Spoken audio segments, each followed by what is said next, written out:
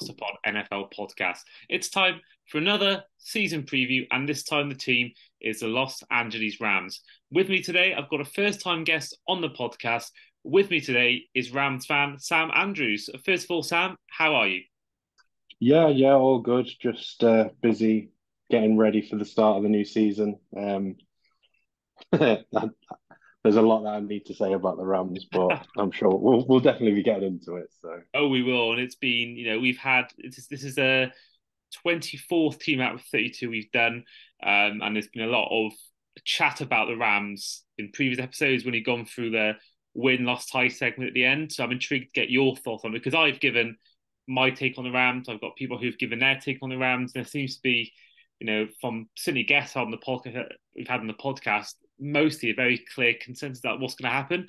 But I'm intrigued to know what a Rams fan who watches them week in, week out, what you think about them going into the season. But before we go into any of that, your first time, which means only one thing. We ask you the same question we ask all of our new guests, especially those in the UK who like the NFL, as to why they picked their team. So for you, Sam, why the Rams? this is a bit of a weird one. I think I've done this on a recent podcast as well, where they asked me sort of a similar question, and originally I didn't. When I got into the NFL, I watched the Patriots Falcons match, that Super Bowl, and that sort of really got me sort of recently hooked. And then my mate who sort of was part of sort of getting me into the NFL, he supports the Seahawks. So I sort of was trying to and ah about picking a team, and I started watching the LA Rams, and I remember watching funny enough Aaron Donald, and just the way that he was just basically bulldozing people, and I liked him as an individual, and that sort of then got me hooked from there really. And originally it was gonna my first choice when I was looking at this was actually going to be the Ravens, or everything was between the Ravens and the Seahawks, for no particular reason. But then when I found out that obviously without watching Aaron Donald, and then knowing that the Arsenal owner, who I support Arsenal in terms of football, soccer, um, I just decided, well, it sort of makes sense that if I support Arsenal, I should support the Rams as well. So yeah, that's how it sort of all came about. Yeah, it's a fascinating thing with Ram because I've loved the Sean McVay sort of time. And I believe it was you actually went on, was it you that went on Asleep at Work? Was it yourself that was on the show? Yeah. Yeah, so obviously with that one there, do listen to that one. I did listen, give that one a listen. That's probably how I found you, I think. And that's even more in depth going into your sort of becoming of an NFL team and stuff like that. So do check out. But I was surprised that Arsenal fans would choose the Rams because, the Rams, the Cronkies were a family that Arsenal fans don't like. Basically, it's the fan base. I'm sure it's still the same case that you absolutely hate the Cronkies. I'm surprised that you went for the Rams route despite knowing who the owner was. Yeah, it was one of these. I mean, being an Arsenal fan, I wasn't really a fan of. I'm not a fan of Stan Kroenke in terms of him as an individual, but I think that aside, I think as Arsenal fans, we are starting to maybe potentially grow in terms of liking his son Josh. But I think it was. I don't know. I always thought that it sort of just it made sense. I know that obviously, I mean, you can hate the owners and whatever they've done, but I think there was little other sort of that was pointing towards who I should be, and when I started watching, obviously Aaron Donald, and then finding out that it was the Kroenkes that owned it, it sort of just fell into place. It wasn't. Um, it was just one of those things that just sort of fell into place really. So I just sort of ran with it. And I'm from Derby in England, so their football team is the Rams. So again, there's that sort of Oh, of course. another Yeah, yeah, well. yeah. So there's sort of multiple levels of links with it all. So yeah, it's not one thing; it's sort of a multitude of things. But I suppose in terms of like a defining point, it probably would be watching Aaron Donald and watching sort of that his just monstrosity in defence, really. It makes sense with the Cronkies because I've got a friend of mine who is a Man U fan and a Bucks fan, and that was sort of part of the reason why he chose the Buccaneers. And I got a friend who a sort of colleague I used to work with, who was Buccaneers, and then he's a Liverpool fan like myself. So when the Glazers took over, whatever, was it 2004, 2003, whatever it was, he took over. He did change teams for that reason. So I think I can see why in a way. But at the same time, I think if FSG took over the Dolphins, I might have to change teams, or maybe not. Maybe not. I don't know. But anyway, let's get into the Rams for the current off season. So looking at the ins and outs in free agency, this included the main outs with players such as Allen Robinson, the wide receiver, who had a terrible time with you guys. Bobby Wagner was released after just 1 year. He's now gone back to the Seahawks. Jalen Ramsey's been traded to the Dolphins. Linebacker Leonard Floyd is gone. Running back Sonny Michel's left for retirement. Quarterbacks are just Baker Mayfield, John Wolford, Bryce Perkins all left. Safety Taylor Rapp left, as well as kicker Matt Gay. Coming in, unless I completely missed out people, I couldn't find many major ins. I mean, there's Josh Johnson, safety, cornerback Keller Witherspoons, tight end Hunter Long as part of the Ramsey trade, and quarterback Brett Ripien. But in the draft itself, you took Steve Avila, the guard, 36th overall from TCU, as well as Tennessee defensive end Byron Young, 77th overall, as well as 89th overall pick Kobe Turner, defensive tackle out of Wake Forest, and a player that I personally am really going to back. I like a lot. Stetson Bennett, the Georgia quarterback, went 128th overall. So for you, overall for you, Sam, your take on the offseason for your team? I think that I don't particularly like it, but I understand the method behind it. I think it's, there was all the talk that McVay was going to go at the end of it, was going to retire and obviously get his big, massive contract in media and all of that. And I think whatever's sort of happened, whatever sort of the discussions have been, I think it's a case of that they've just decided we need to do something now before it becomes too big of a problem. So I think they've taken a few hits, obviously trading Jalen Ramsey, allowing Bobby Wagner to go. And, I think from everything that I've sort of read and seen, I think a lot of it is setting it up for next year. I think next year we're going to have one of the highest cap spaces, so we'll be able to sort of start making moves again from next year. The likelihood is we're probably going to be, I mean, obviously without going into what the predictions will be, I think we're probably going to be vying for one of those sort of top 5 picks.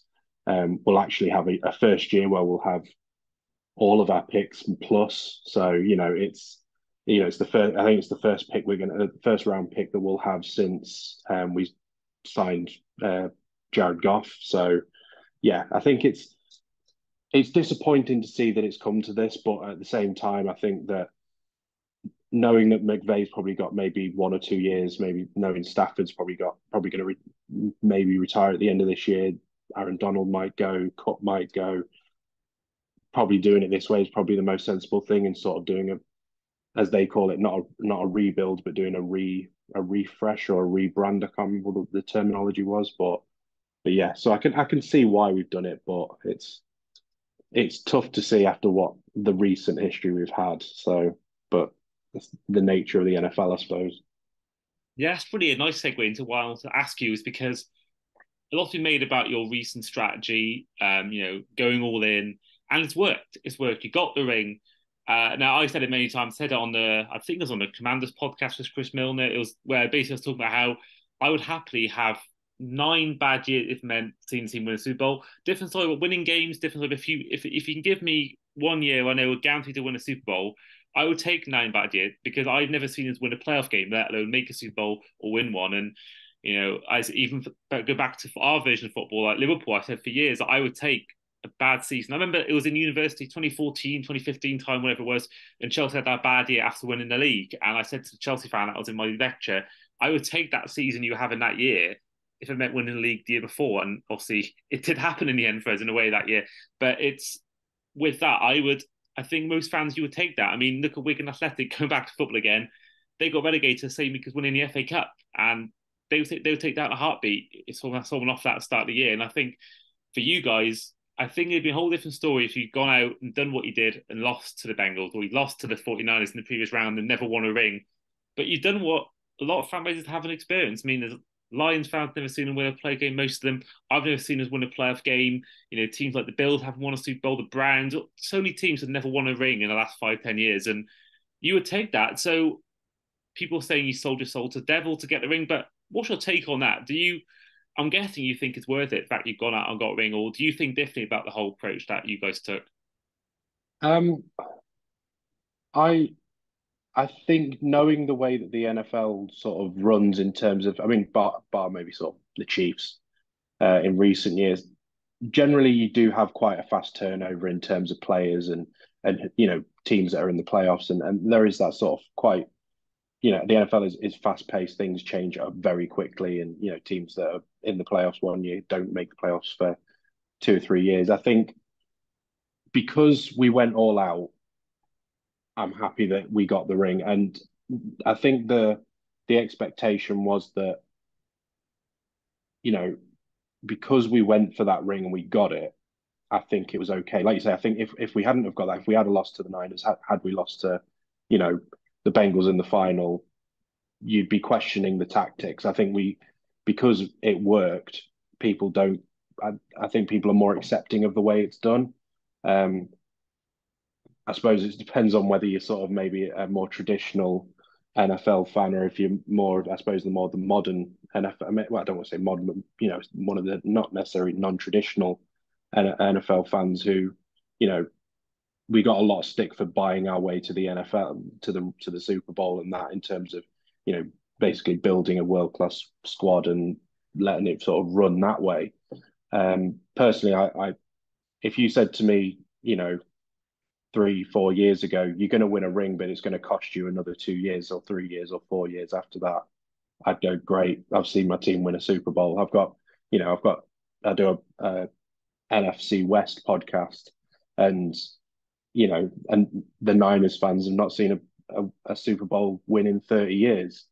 So, and I mean, we've had two in this decade. So, I mean, for me, I'd rather be in that situation, or sorry, in the century, not decade. I'd rather be in a situation where I've seen my team win and win the ring, and then have to deal with potentially 3 to 7 years worth of nonsense. Um, but to be able to say I've seen my team win the ring, that's all that I need as a fan, really. I agree totally, exactly what I was saying, and I think it's just the end of the day, especially in the NFL, where it's just one trophy. There's not like a League Cup, FA Cup, Champions League, or Premier League. It's just one. Everyone's going with the same goal, just one trophy, and that's it. So at the end of the day, everyone's vying for the same thing. If your fan base wants the same thing, and you've got what most fan bases in the last 15 years haven't got. I mean, apart from maybe the Patriots, the Eagles, the Chiefs, Buccaneers in recent years, it's not many fan bases can say they've seen their team even make a Super Bowl, let alone win it. So the fact you've done it and you made two in the last 3 or 4 years, albeit the one was not a great performance against the Patriots in 2018 season, but you've got what everyone wants. At the end of the day, that is the most important thing. And going back to the point about the draft pick, to make emphasis on how long it has been since your first overall pick, so first round pick you've had. The last time you had a first round pick, Barack Obama was president of America. Yeah, it's been a while. So, and I do think that, I mean, there's a lot of jokes that go around in the in sort of the Rams sort of groups where it's like, who needs a first round pick? Like we're fully aware that we don't do picks. I mean, I think last year at one point we only had about 4 picks, and then we managed to pick up a load through comps and trades and that. So yeah, we it's going to be I'm going to actually be able to sit up next year and actually watch the first round and be like really actually sort of excited to see who we're going to draft. So yeah, it's a whole new sort. I suppose to me, it's a whole new era now. We're in this this new Rams era in terms of moving away from the likes of Stafford and Donald and Kupp potentially. It's all new, I think. So I'm excited, but at the same time, I'm under no illusion we're not going to be that good for a while. Well, you mentioned him there. You mentioned Stafford, Cup, and Donald. You're only really one season removed from winning it all. It's only 18 months since you last won it. So, I mean, those three players, Donald and Cup and Stafford, they're still three very important and very good parts of your team. Now, do you think potentially, even with those three players, now I know there's talk of Cup being injured for the start of the year, but do you think there's a chance that even if, as long as you have those three playing and healthy, that there's a chance? Because last season, everyone forgets that Stafford was injured for most of it, Cup was injured for most of it, and Donald, I don't know whether the injury just wasn't informed, but the three weren't there altogether. And I think that people forget that what happened last season, essentially. So Does that give you any confidence going to the any hope going to the year that maybe if you have those three healthy and likes of Tyler Higby still there, Van Jefferson could be a good number two for you. Do you think with those three core parts still with the team that you could still get some wins and maybe nick a wild card spot at a stretch? I think if we can keep Stafford vertical, he'll do things. I mean, this was the I mean this I think we had, was it 14 weeks in a row where we didn't have the same O line playing together. And that was the biggest issue that we had last year. And I mean, talks of Stafford getting injured and Kupp getting injured. If it wasn't for that O line, I think Stafford would have been, well, certainly wouldn't have got as banged up as he did. And I don't think that we would have had the same issues. But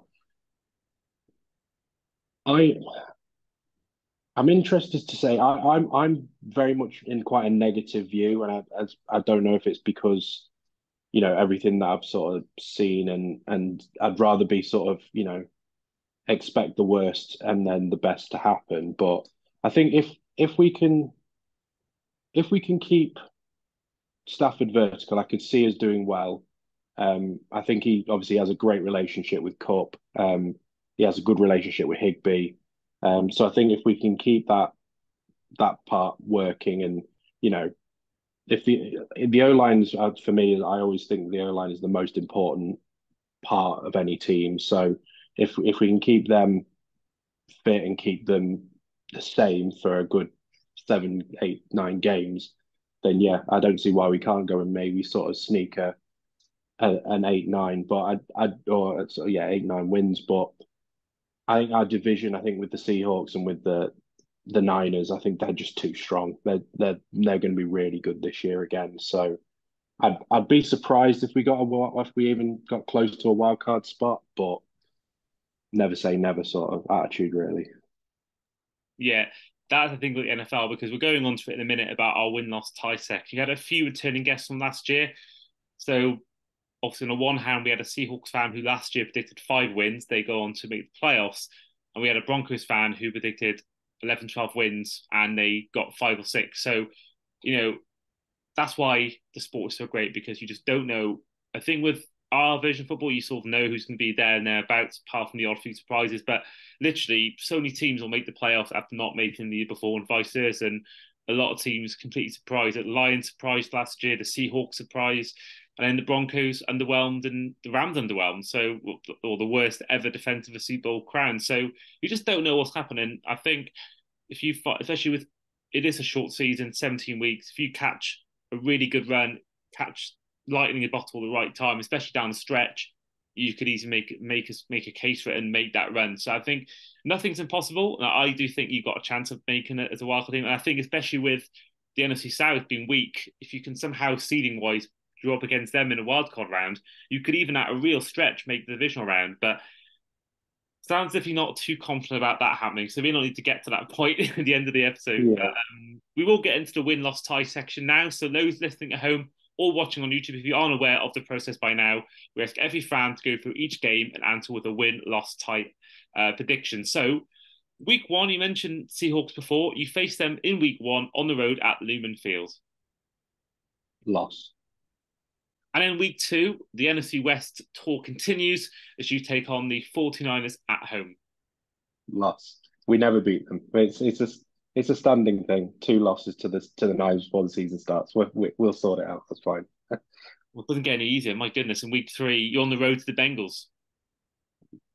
Loss, I can see where this is going.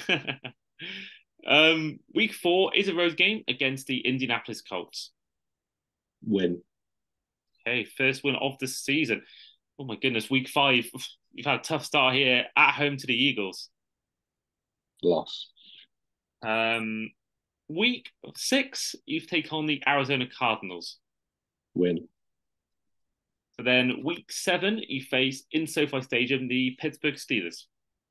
I'll be positive. We'll go for a win. Hey, I like it. Week eight, you're on the road to the Dallas Cowboys. Loss, Okay, so then you go into week nine, Lambeau Field against the Green Bay Packers.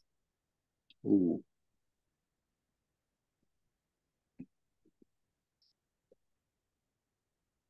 I'm going to say a loss just because we don't do well at Lambeau Field. Okay, so week 10 is a bye week. So week 11, you face the Seahawks again, but this time at home. Win. Okay. Week 12 is a road game against the Arizona Cardinals. Win. Week 13 is a home game, this time against the Cleveland Browns. Loss. Okay, so week 14 is a road game against the Baltimore Ravens. Loss. Just a loss, I think. Okay, and then week 15, approaching the Christmas era of the NFL this season, you take on the Washington Commanders at home. Win. Okay, and then you then face the New Orleans Saints at home in week 16. Loss. I really fancy the Saints this year. I think they're going to be good. Okay, so next up is New Year's Eve, 10 a.m. local time, and that'll be about 6 p.m. in the UK. You take on the New York Giants in New York. Loss. That means going to final week, week 18, on the road to the San Francisco 49ers. Loss.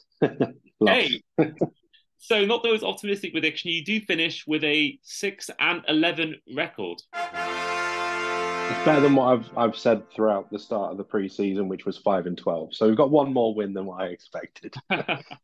Well, looking at the predictions we've done in the series so far, you are our 25th guest. It's our 24th team we've done, and you are our second least optimistic fan so far. Yeah, I just think there's way too much. I think one of the biggest things I think one of the guys was talking on CBS or something like that, and we've essentially got the hardest schedule for the year, and it's not just down to the teams we play; it's also down to the fact that I think we face, is it 5 or 6 teams coming off their bye week? So that's where I think that the struggle could be, is that, we're facing teams coming off their bye week, and there's always a bounce after the bye week. So I think there could be a couple there that we lose because of that reason. Okay, well, we're going to flip over our final question because we normally ask fans if they're going for 9 wins or more, if they make the playoffs, how far they can go.